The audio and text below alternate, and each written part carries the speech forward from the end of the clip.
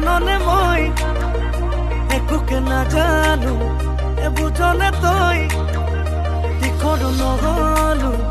জাননে মই একোকে নাজানো বুঝনে তই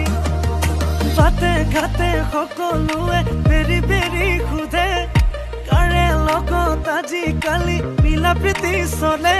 মই কি কৰোঁ এতিয়া ভালেই লাগিল যে এতিয়া ভালেই পালো